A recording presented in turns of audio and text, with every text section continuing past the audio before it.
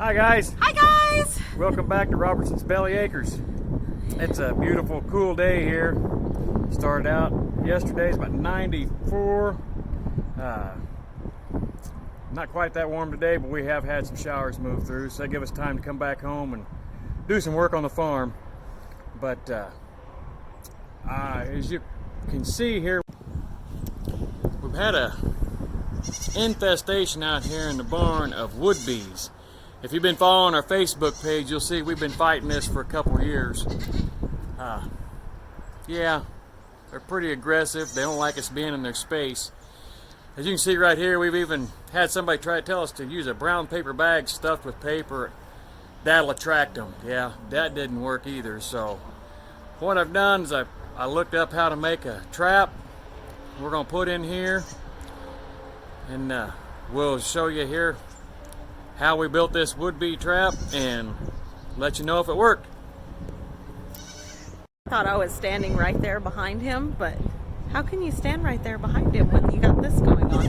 Look at these babies. Oh, come here. Come here. Oh, here comes Sunny G. Hi, Sunny G. Hi. Hi. Hello, babies. Hi, babies. You're gonna eat my shorts. Eat my shorts. Hi. Hey, you're pulling on those awful hard. Hi, Mama. Hi, Mama. Hi. Hi.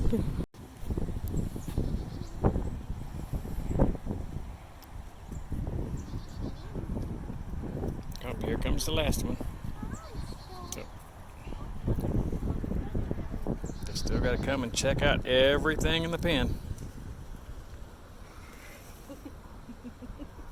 Bag, yeah. Hi, Sunny G. Hi, Sunny G. It's like they're used to being held.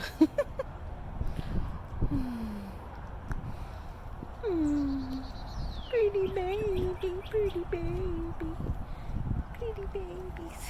Okay, the bee charmer here. I got this trap that I built, so we're gonna go in here and see if we can't get it hung up there as high as I can without irritating anybody. These things get so aggressive.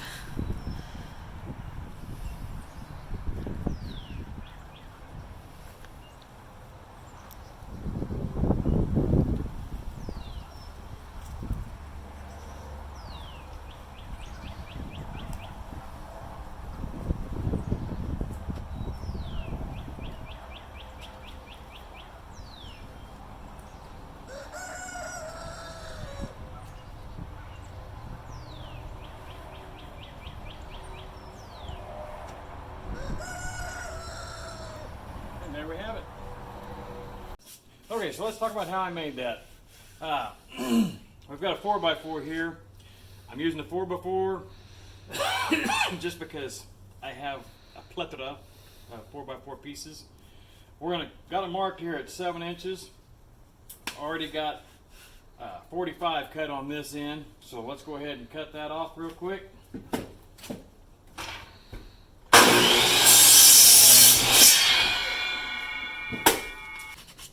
I have to drill a 7/8 inch hole in the bottom here, about 4 inches deep, and then I'll go in here and I'm going to drill my 3/4 holes at a 45-degree angle till they intersect with this center hole. And we'll get the drilling done and be right back.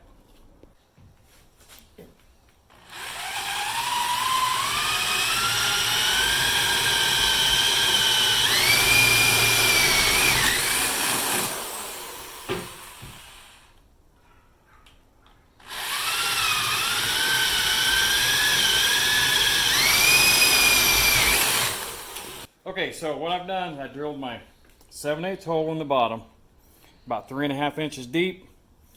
Then I come over here on the sides, on all 4 sides, I drilled a 3/4 inch hole at a 45-degree angle until it intersects with that 7/8 hole. So now I'm going to get me a lid for a mason jar or a canning jar, and we're going to mount it here with a 1/2 inch hole in it, and we'll show you what that looks like.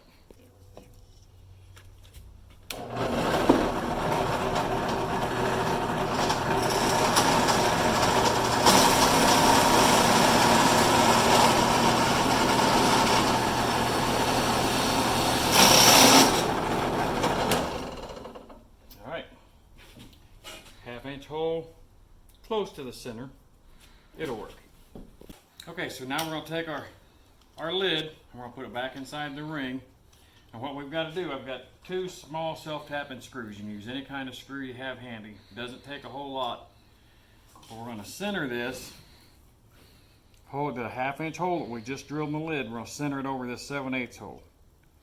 So we're going to use the self-tapping screw, and we have to go in the lid portion, because if you try to put it in the lip of the ring, then your jar won't screw all the way down because the head will be too big and sticking up to stop it. So we're going to try mounting this sucker like this. It doesn't have to be perfect.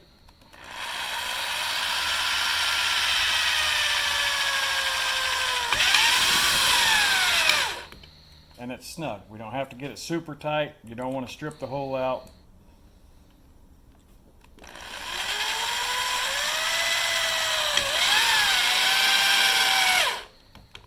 All right. Okay. Now when you're putting these screws in, you want to make sure you're staying away from the rubber gasket. Not that it's going to seal, but that's where the lip of your jar runs at. So we got that on there. Make sure it screws in the right spot. And there it is. We got to find us a eye hook, and we'll put an eye hook on the top of that, and it's ready to be installed.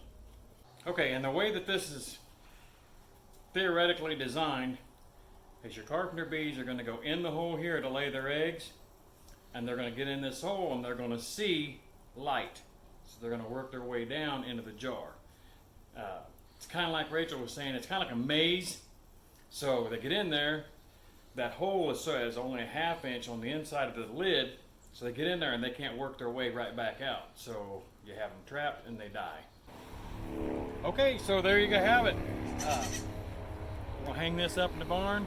Actually, this I'm gonna take it to the greenhouse. That way we can make sure that we don't get any problems in there. If we do have one move in, then hopefully it moves right into our trap. Hope you like what you saw. Hit the thumbs up. Share your comments if you have any better ideas or any experience with these. Sorry, the goats are eating my feet. But if you haven't already, please subscribe and smash that bell button, guys. That way you know when we come out with another video. See ya.